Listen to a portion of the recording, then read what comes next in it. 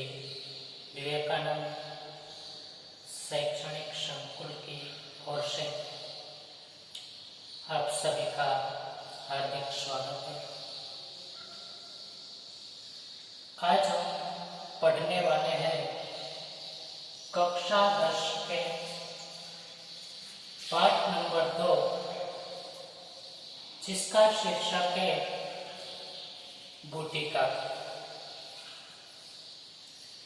बूटिका की पाठ जो है उसका लेखक प्रेमचंद है। प्रेमचंद का जन्म 1880 और उसका निधन यानी कि मृत्यु 1936।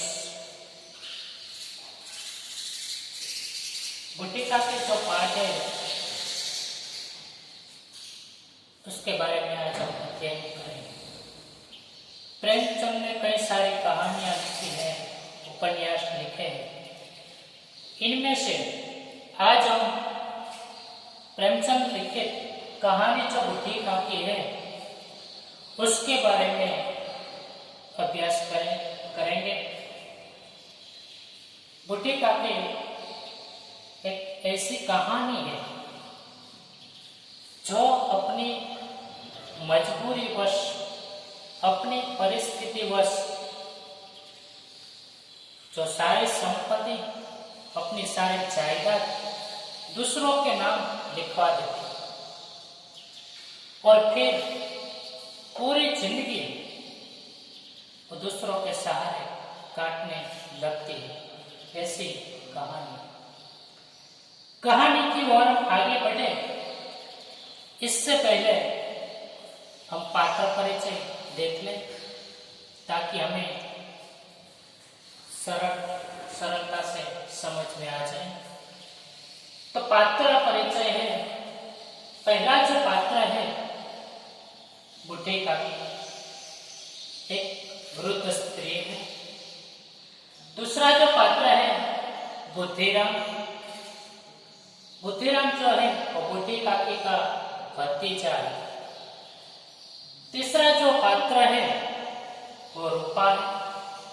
जो रूपा है वो बुद्धिराम की पत्नी है।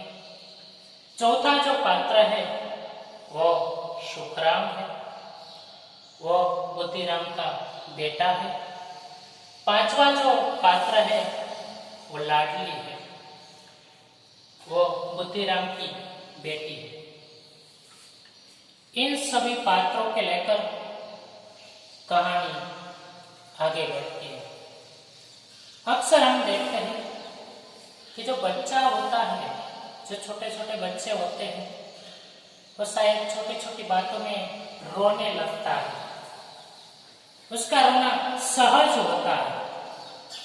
वैसा ही ये जो कहानी है उसमें बूटिका का रोना सहज है, एकदम सरल है। बूटिका की रोने लगती है। रोने की जो वजह है, रोने का जो कारण है, वो कारण ये था कि बूटिका को खाना नहीं मिलता था, या तो कभी कभी उसको खाना कम मिलता था, या उसके प्रतिकूल कोई बात करता था, या बाजार से कोई चीज लाई जाती थी और बूटिका को नहीं मिलती, तब बूटिका रोने लगती। बूटिका का रोना कोई सामान्य रोना नहीं था। वो गला फाड़ के जोर शोर से रोती, गला फाड़ के रोने लगती। बूटिका का भी अपना हरा भरा परिवार था, लेकिन जब बूटिका के पति और उसका नौजवान बेटा मृत्यु हो गया, उसकी अवसान हो गई, इसके बाद बूटिका अपने जो एकलौता भतीजा है बुद्धिराम, उसके साथ, उसके सहारे वो जीवन काटती है। बूटिका की अपनी सारी जायदाद संपत्ति बुद्धिराम के नाम लिखवा देते हैं। जब बुद्धिराम को बूटिका की संपत्ति मिली तब उसने बड़े बड़े वचन दिए पालने का, मगर कुछ दिनों के बाद बूढ़ी काकी को खाना भी मुश्किल से मिलता था। इस तरह बूढ़ी काकी असहाय। बूढ़ी काकी को सब लोग सताते थे। बूढ़ी काकी को बुद्धिराम, रूपा मान सम्मान नहीं देते थे, उसका आदर नहीं करते थे। और बूढ़ी काकी को छोटे छोटे बच्चे जो है वो भी उसको चुप्पी काट कर चला जाता है, तो कोई उस पर पानी का कुल्ली करके चला जाता है। इस तरह सब लोग बूढ़ी काकी को बहुत परेशान करते थे, सताते थे। बूढ़ी काकी को अगर किसी से प्यार है, किसी से अनुराग है, तो वो लाडली से, बुद्धिराम की जो बेटी है उससे बूढ़ी काकी को बहुत अनुराग, क्योंकि लाडली जब भी कोई खाने की चीज है वो लेकर बूढ़ी काकी के पास जाती थी और उसके पास बैठकर खाती थी और मीठी मीठी बातें करने लगती थी। इसीलिए लाडली और बूढ़ी काकी के बीच गहरा अनुराग था, गहरा प्यार था।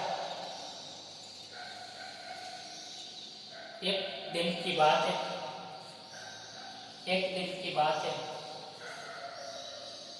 सुखराम का तिलक का प्रसंग आता है। तिलक यानी सगाई।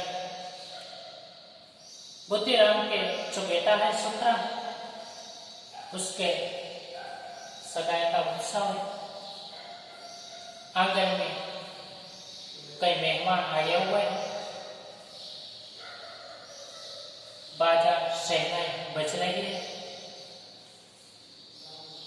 और स्त्रियां गीत गा रही है। और जो रूपा है, वो रूपा अपने काम में बहुत व्यस्त है। कभी एक कमरे से दूसरे कमरे में जाती है, कभी कमरे से वो भंडारा में जाती है, कभी जो रसोई करे, जहाँ रसोई पक रही वहां जाती है। इधर उधर वो काम में बहुत व्यस्त है। उसके पास थोड़ा भी वक्त नहीं है रूपा के पास। एक कार्ड पे पूड़ियाँ कचौड़ियाँ बन रही है तो दूसरी ओर मसालेदार सब्जी बना रही है। बहुत व्यस्त होती है रूपा। अब होता यही है कि वो तो काम में इतनी बड़ी व्यस्त है, इतनी ज्यादा व्यस्त रहती है। उसी समय जब रसोई पक रही थी, रसोई बन रही थी, पूड़िया कचौड़िया मसालेदार सब्जी, उसकी मजेदार खुशबू आने लगी। मजेदार जो खुशबू आई तो बूढ़ी काकी को ऐसा लगा, वो अपनी कोठरी में बैठी थी, मगर उसको ऐसा लगा कि सब लोगों ने खाना खा लिया है, मुझे नहीं बुलाया। ऐसा लगा, इसीलिए बूढ़ी काकी अपनी कोठरी से बाहर निकलती, यानी कि अपने रूम से बाहर आती और रेंगती रेंगती हुई बाहर आके जहां पूड़ियाँ कचौड़ियाँ बन रही थी वहां आके खड़ी हो जाती है। जैसे भूखा पिता खड़ा होता है, उसी तरह खाने की इतनी आतुरता थी, वो वहां खड़ी हो जाती। जब रूपा अपने काम में व्यस्त थी और उसने देखा कि बूढ़ी काकी यहाँ आ गई, तो रूपा को बहुत क्रोध आता है, बहुत गुस्सा आया, क्योंकि अभी तो किसी ने खाना भी नहीं खाया, खाना बना भी नहीं है और बूढ़ी काकी जो वृद्धा आ गई है, इसलिए वो बूढ़ी काकी पर बहुत क्रोध करते हैं और बूढ़ी काकी को कहने लगते हैं कि तुम्हें इतना भी ख्याल में अभी भगवान को भोग नहीं लगा है, मेहमानों ने नहीं खाया है, घर वालों ने नहीं खाया है और आप इधर आ गए, आपको शर्म नहीं आती? ऐसा कहकर रूपा बूढ़ी काकी को वहां से फिर कोठरी में धकेल बूढ़ी काकी फिर अपनी कोठरी में चली जाती है, लेकिन उसको क्रोध नहीं आया बूढ़ी काकी, मगर थोड़ा अफसोस हुआ क्योंकि वो जल्दबाजी करने लगी, क्योंकि उसको उससे रहा नहीं गया। अभी रसोई नहीं बनी है और मेहमानों ने नहीं खाया, बात भी सही है, तो हम घर वाले थोड़ी पहले खा लेते हैं। इसलिए वो फिर कोठरी में चली जाती है और वहां जाके वो मनसूबे बनाने लगती है, यानी कि कल्पना करने लगती है, अपने विचारों में खो जाती है। उसको तो बस खाने की कल्पना आती है कि जब गरम गरम पूड़ियाँ आएगी, गोल गोल नरम नरम, और मैं खाऊंगी, मजेदार होगी, कचौड़ियाँ भी मजेदार होगी, मसालेदार सब्जी भी मजेदार होगी, सब मैं भर पेट खाऊंगी, मांग मांग कर खाऊंगी। ऐसी कल्पना करते करते बहुत वक्त निकल जाता है, बहुत ज्यादा समय निकल जाता है। मेहमानों ने खा लिया, घर वालों ने खा लिया, तो भी नहीं, सबके सबने खा लिया, मगर बूढ़ी काकी ने अभी तक खाना नहीं मिला। शाम हो गई, रात हो गई, मगर बूढ़ी काकी को खाना नहीं मिला। वो तो बस कल्पना करते करते थक गए, सो गए। अब बनता यही है कि रात का 11 बज जाता है, सब मेहमान और घर वाले सब खाना खा के सो जाते हैं, आराम से नींद करने लगते हैं, मगर लाडली को अभी तक नींद नहीं आई। रूपा आंगन में सो रही है, लाडली भी उसके बाजू में सोती, मगर उसको नींद नहीं आई, क्योंकि अभी तक काकी को खाना नहीं मिल रहा, इसलिए उसको नींद नहीं आ रही लाडली को। और लाडली अपने हिस्से की जो पूड़ियाँ है, अपने हिस्से का जो खाना है, तो बूढ़ी काकी को खिलाना चाहती थी, इसीलिए उसको आतुरता थी कि मैं काकी के पास जाऊंगी, उसको पूड़ियाँ खिलाऊंगी और काकी कितनी खुश होगी और मुझे कितना बहुत प्यार करेगी, मुझसे कितना अनुराग करेगी। इसलिए लाडली इंतजार करती है कि जब माँ सो जाए तो मैं काकी के पास जाऊं। तो 11 बजे रूपा को नींद आ गई, रूपा सो गई। लाडली को ऐसा लगा कि जब माँ सो गए हैं, उसको नींद आ गई है, तब लाडली अपने हिस्से की जो गुड़िया थी वो लेकर बूढ़ी काकी के पास जाती है और जाकर बूढ़ी काकी को वो जगाती है और बोलती है, काकी उठो, मैं आपके लिए गरम गरम पूड़ियाँ लाई हूँ, नरम नरम पूड़ियाँ लाई हूँ। और बूढ़ी काकी जल्दी जल्दी जाग जाती है और लाडली को अपनी गोद में बैठा लेती और पूड़ियाँ खाने लगती। बूढ़ी काकी उसको पूछती है लाडली को कि क्या माने दिया है ये खाना? तब लाडली कहती है, नहीं, अम्मा ने नहीं दिया है, ये मेरे हिस्से की जो पूड़ियाँ है मैं आपके लिए लाई हूं, आप खाओ। बूढ़ी काकी तो वो जो पूड़ियाँ थी वो खाने लगती है, बहुत स्वादिष्ट, बहुत अच्छी, उसको बहुत मजा आया। लेकिन ऐसा कहा जाता है कि जब कम बारिश पड़ती है उससे ठंडक नहीं आती, लेकिन और गर्मी आती है। उसी तरह काकी को थोड़ी पूड़ियाँ खाने को मिली, उससे इसकी भूख मिटी नहीं, लेकिन और क्षुधा लगी, और भूख लगती है, और भूख से आतुर हो जाती है, ज्यादा भूख लगती है। इसलिए वो लाडली को कहती है, बूढ़ी काकी लाडली से कहती है कि लाडली, मुझे वहां ले जा जहां मेहमानों ने खाना खाया हो, काकी का जो कहने का तात्पर्य था, काकी का कहने का जो आशय था, वो लाडली समझ नहीं सकती है। वो तो काकी को हाथ पकड़ के जहां मेहमानों ने खाना खाया था वहां ले जाते। सब लोग सो रहे हैं और लाडली है वो बुढ़ी काकी को हाथ पकड़ के जहां मेहमानों ने खाना खाया है वहां ले जाते। तब होता क्या है, तो वहां जाके लाडली खड़ी रहती है और बुढ़ी काकी जो जूठे पतले पड़े हुए थे, जो बचा हुआ अनाज का जो टुकड़ा पड़ा हुआ था, पूड़ियों का, कचौड़ियों का, वो एक एक चुनकर खाती है। जूठे पतले चाट रही है, ऐसी उसकी हालत है, उसकी दशा ऐसी है। वैसे भी कहा जाता है कि बुढ़ापा इसीलिए तो कहा है कि बुढ़ापा तृष्णा रोग का अंतिम समय, जब बुढ़ापे में सब शक्ति कोई एक इंद्रियों पर आके रुकती है। और बुढ़ी काकी का वो इंद्रिय स्वादेंद्रिय यानी कि खाने की जो इंद्रिय है उस पर आकर रुकी थी। अब आगे बनता ये है, आगे घटना ये घटती है कि यह रूपा सो रही थी, उसको नींद खुल गई, रूपा जागी